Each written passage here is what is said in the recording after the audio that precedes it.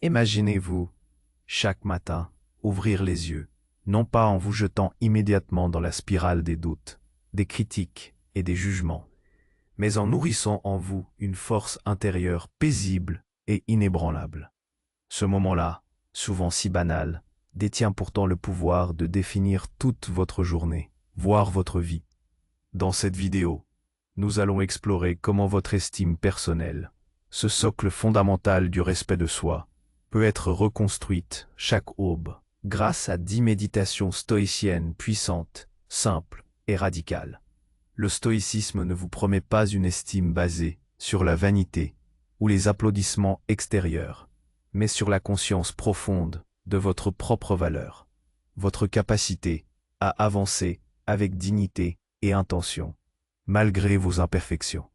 Le défi que nous allons relever ensemble, c'est ce combat silencieux qui se joue dès le réveil, là où l'esprit tend à s'immobiliser dans l'autocritique et la comparaison toxique. Au lieu de laisser ces mécanismes sapants s'installer, apprenez à réorienter votre dialogue intérieur, à devenir l'architecte vigilant de votre estime, jour après jour. Cette transformation n'est pas un simple changement d'état d'esprit, mais une véritable révolution intérieure, ancrée dans l'acceptation active de soi, la maîtrise de ses pensées et l'engagement à marcher dans le monde avec une confiance renouvelée. Vous découvrirez que ce n'est ni la perfection, ni la reconnaissance des autres qui forgent notre valeur, mais la décision ferme et répétée de vous traiter avec respect, patience et compassion. À travers ces 10 méditations, vous ne recevrez pas seulement des conseils. Vous serez invité à réconcilier votre esprit avec votre être, à changer radicalement la manière dont vous vous percevez pour changer la manière dont le monde vous percevra. Préparez-vous à réveiller, chaque matin, votre grandeur intérieure, à mettre fin à ce cycle d'autosabotage si courant, pour embrasser une estime de soi stoïcienne, stable, forte et libre. Cette quête commence ici, avec ces 10 graines de sagesse qui, plantées dès les premières lueurs du jour, feront éclore en vous une confiance indomptable. Laissez-moi vous guider, pas à pas, vers cette transformation profonde, qui pourrait bien changer votre vie plus que vous ne l'imaginez. 10 méditations puissantes pour booster votre estime dès l'aube. 1. Commencez par une intention claire. 2. Observez ses pensées sans jugement. 3. Se rappeler sa valeur intrinsèque. 4. Accepter l'imperfection comme nature humaine. 5. Cultiver la gratitude envers soi-même. 6. Marcher avec assurance et dignité. 7. Choisir ses comparaisons avec sagesse. 8. Pratiquer l'autocompassion active. 9. Se détacher du besoin d'approbation extérieure. 10. Conclure la matinée avec une affirmation positive. Si cela fait sens pour vous jusqu'ici, aimez la vidéo et partagez-la avec quelqu'un qui a besoin d'entendre cela. Votre soutien permet à ces messages de sagesse de toucher plus d'âmes en quête de force intérieure. Nous avons déjà exploré comment l'intention, l'observation sans jugement, la reconnaissance de notre valeur intrinsèque, l'acceptation de nos imperfections et la gratitude envers nous-mêmes posent les fondations d'une estime de soi inébranlable. Ces 5 premières méditations ont ouvert la voie à une transformation profonde. Mais le chemin ne s'arrête pas là. Il s'ancre dans des pratiques plus dynamiques, des choix conscients qui se manifestent dans nos interactions avec le monde et avec nous-mêmes. Poursuivons cette exploration avec des enseignements qui nous guident vers une autonomie et une dignité stoïcienne, jour après jour. Marcher avec assurance et dignité. L'estime de soi ne réside pas uniquement dans ce que nous pensons, mais aussi dans la manière dont nous incarnons cette pensée. La méditation qui nous invite à marcher avec assurance et dignité est une extension naturelle de notre dialogue intérieur vers notre présence physique. Les stoïciens comprenaient intuitivement le lien profond entre l'esprit et le corps. Pour eux, l'extérieur est souvent le reflet de l'intérieur, et l'intérieur peut être influencé par l'extérieur. Pensez-y. Comment vous tenez-vous lorsque vous vous sentez confiant? Votre dos est droit, vos épaules sont détendues, mais en arrière, votre regard est clair et direct. Et comment vous tenez-vous lorsque vous êtes anxieux ou incertain? Souvent, le corps se recroqueville, le regard évite le contact, la voix s'affaiblit. Cette connexion n'est pas anodine. En changeant délibérément notre posture, en adoptant un maintien digne et assuré, nous envoyons un signal puissant à notre cerveau. Je suis ici. Je suis présent. J'ai ma place. Cela n'a rien à voir avec l'arrogance ou la vanité. Il s'agit plutôt d'une proaresis, une direction de notre volonté qui se manifeste physiquement. C'est la conviction tranquille que quelles que soient les circonstances extérieures, nous possédons une valeur intrinsèque et une capacité d'action. Marcher avec dignité, c'est reconnaître cette valeur en soi-même et la projeter dans le monde. C'est refuser de laisser la timidité, la peur du jugement ou le sentiment d'infériorité dicter notre manière d'être. Dans notre quotidien moderne, où la comparaison est constante et où l'on nous pousse à nous fondre dans la masse, se tenir droit et marcher avec assurance est un acte de rébellion silencieuse. C'est affirmer sa singularité. Cela peut commencer par des gestes simples. En vous levant le matin, prenez un instant pour sentir vos pieds ancrés au sol. Redressez votre colonne vertébrale. Ouvrez vos épaules. Regardez droit devant vous, non pas pour défier, mais pour observer le monde avec une clarté calme.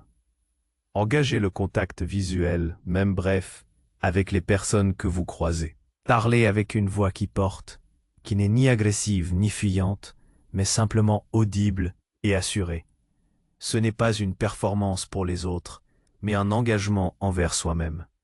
C'est une manière de renforcer l'idée que vous êtes le capitaine de votre navire, même si les tempêtes font rage. Les stoïciens nous rappellent que nous ne contrôlons pas toujours ce qui nous arrive, mais nous contrôlons comment nous y répondons et comment nous nous tenons face à cela. Votre démarche peut être une affirmation silencieuse de votre virtus, de votre force morale, de votre arrêté, votre excellence. Chaque pas devient alors une méditation en mouvement, un rappel constant de votre souveraineté intérieure. Adopter une posture de dignité, c'est honorer la force tranquille qui réside en vous.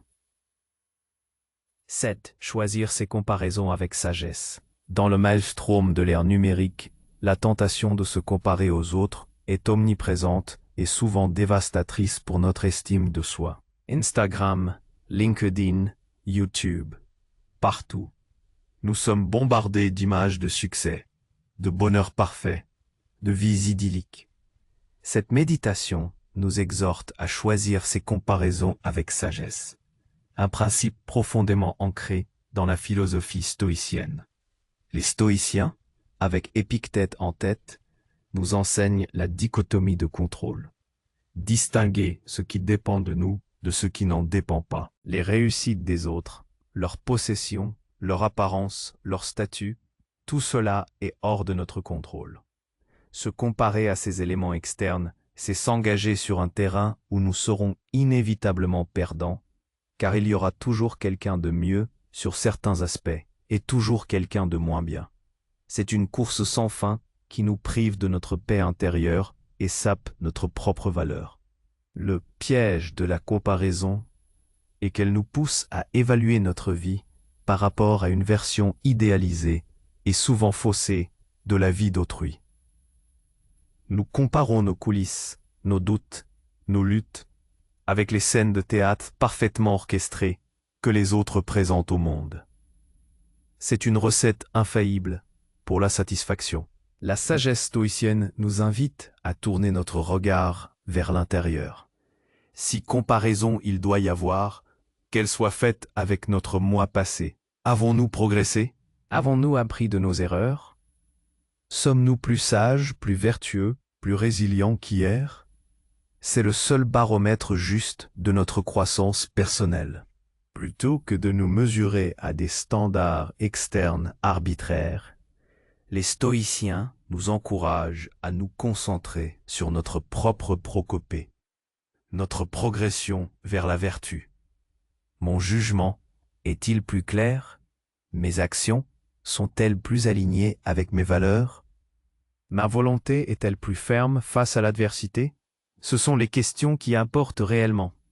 Cette méditation ne suggère pas de vivre dans une bulle, ignorant le monde extérieur. Au contraire, elle nous invite à être sélectifs. On peut s'inspirer des réussites des autres, apprendre de leur parcours, mais sans jamais laisser leur succès diminuer notre propre estime. La véritable grandeur ne se mesure pas par rapport à l'autre, mais par la réalisation de son propre potentiel et par l'intégrité de ses actions. Dans un monde où l'on nous vend sans cesse l'idée que notre valeur est définie par ce que nous avons ou ce que nous montrons, choisir ces comparaisons avec sagesse est un acte radical d'autopréservation. C'est affirmer que notre estime découle de notre caractère, de notre effort, de notre cohérence et non de la validation externe. Chaque matin, en vous réveillant, rappelez-vous que votre seule compétition est la version de vous-même d'hier. Cherchez à être un peu plus vertueux, un peu plus présent, un peu plus aligné avec vos principes. C'est là que réside la véritable et durable estime de soi. Chapitre 1. Pratiquer l'autocompassion active. L'image populaire du stoïcien est souvent celle d'une personne impassible, dénuée d'émotions.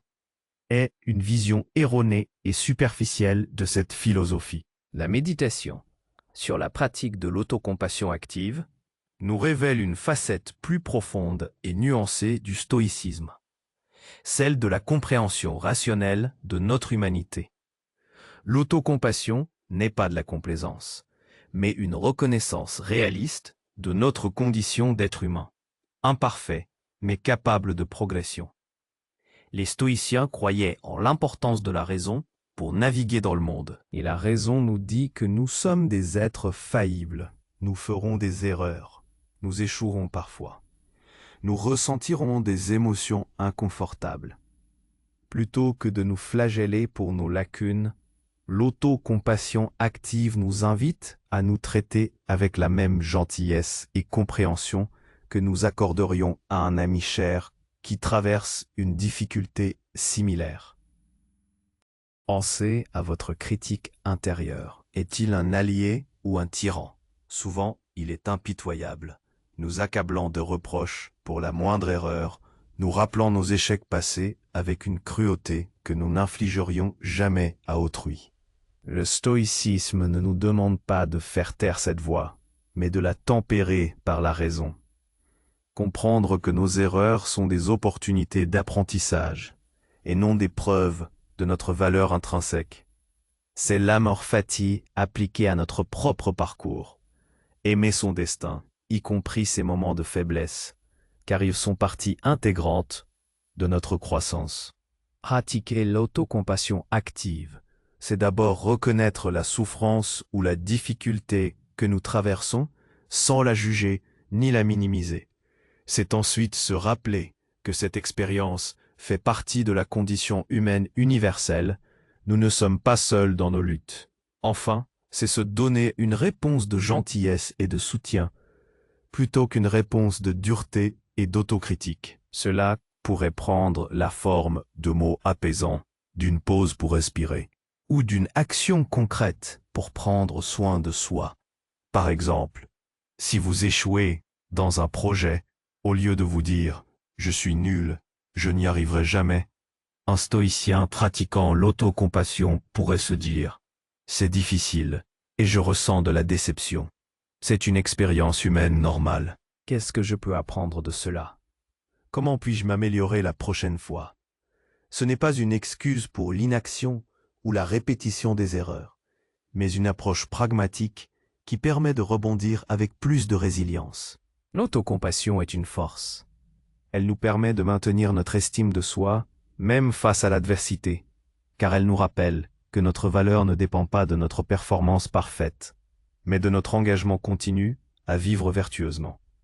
Elle est la base sur laquelle nous construisons notre résilience. Chaque matin, en reconnaissant vos vulnérabilités et en choisissant de les aborder avec bienveillance et intelligence, vous renforcez non seulement votre estime, mais aussi votre capacité à faire face à la vie avec une sagesse plus profonde et une tranquillité d'esprit durable.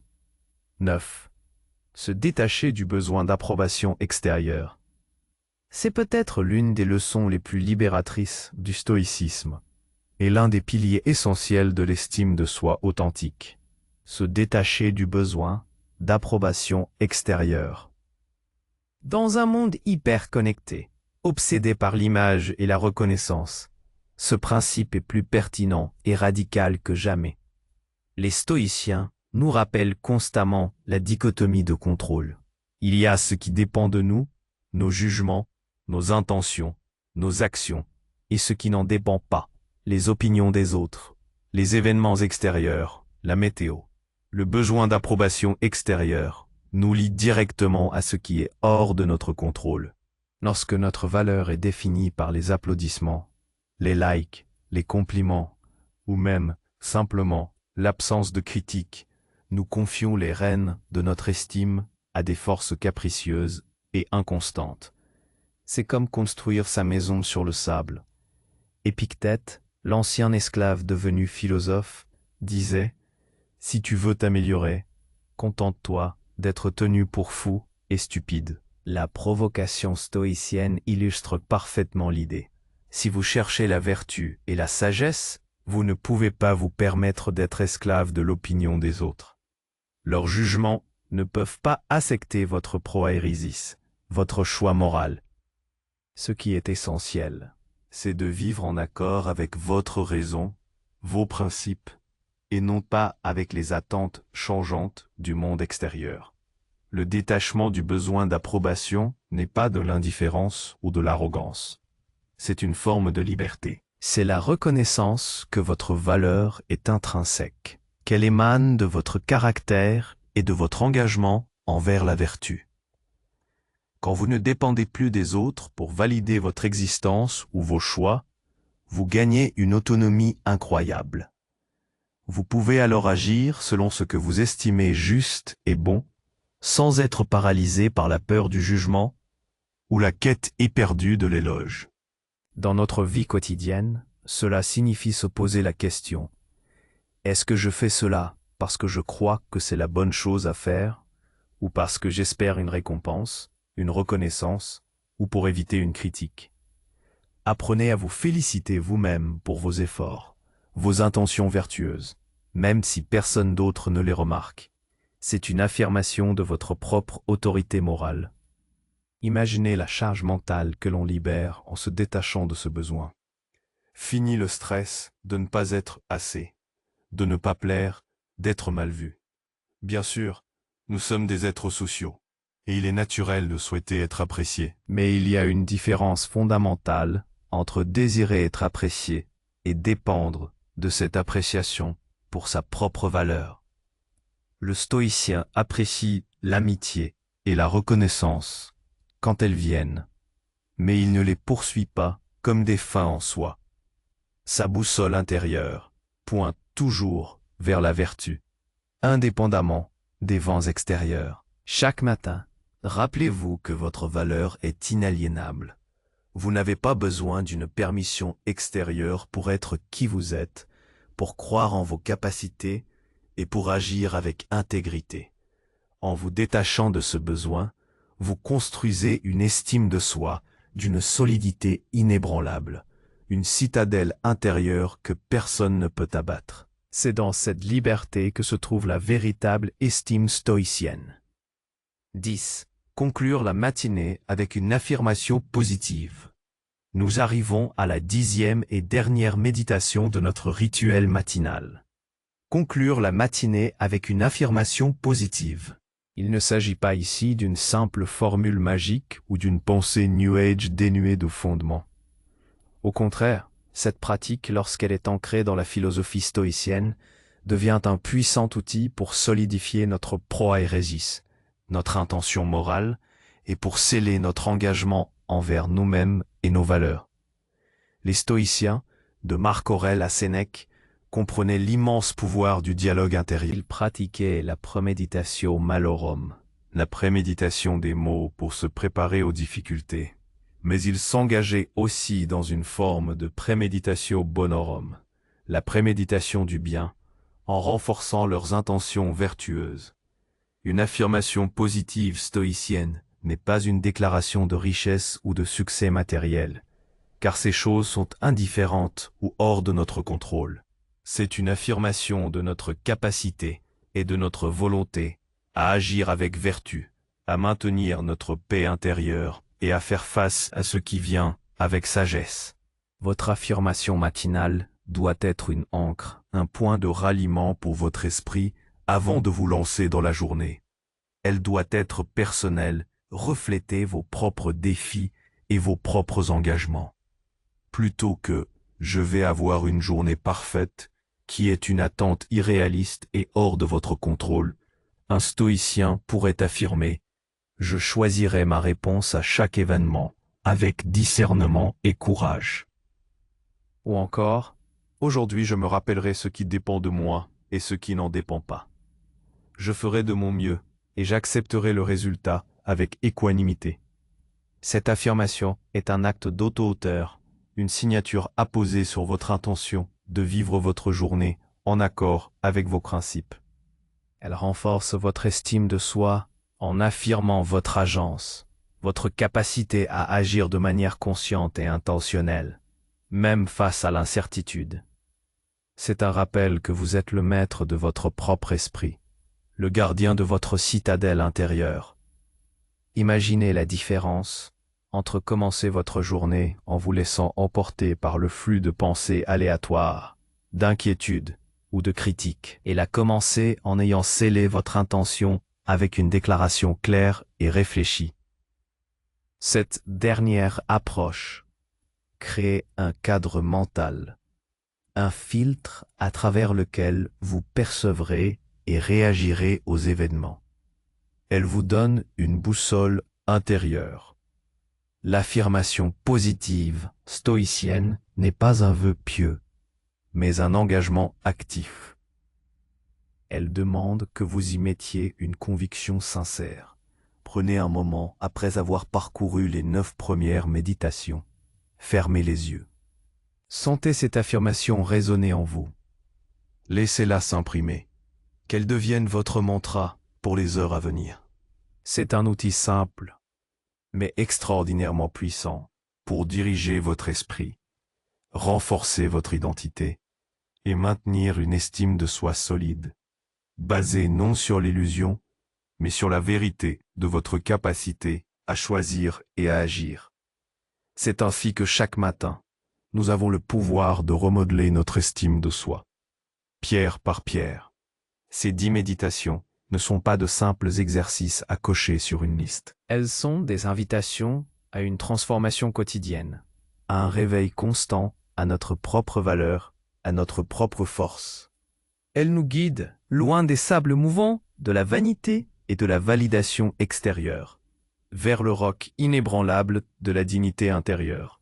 Vous avez entre vos mains la capacité de devenir l'architecte de votre propre estime, non pas celle que le monde vous dicte, mais celle que vous construisez par vos choix, vos pensées et vos actions vertueuses. Rappelez-vous les paroles des stoïciens. Ce qui trouble les hommes, ce ne sont pas les choses, mais les jugements qu'ils portent sur les choses. Votre estime de soi n'est pas définie par vos imperfections, mais par la manière dont vous choisissez de les regarder et d'agir malgré elles. Cette quête d'une estime de soi stoïcienne n'est pas un sprint, mais un marathon. Chaque lever de soleil est une nouvelle occasion de vous entraîner, de vous renforcer, de vous rappeler que votre valeur est intrinsèque et inaliénable. La vraie liberté réside dans cette indépendance d'esprit, dans cette capacité à vous honorer vous-même. Maintenant, je vous pose cette question philosophique. Quelle est la première méditation que vous intégrerez délibérément à votre routine matinale, dès demain, pour commencer à bâtir votre citadelle intérieure? Laissez un commentaire ci-dessous pour partager votre choix et vos réflexions. Si vous avez trouvé de la valeur dans cette vidéo, n'oubliez pas d'aimer et de vous abonner à la chaîne pour plus de sagesse stoïcienne pour un monde moderne. Votre engagement est le moteur de cette communauté de chercheurs de sens.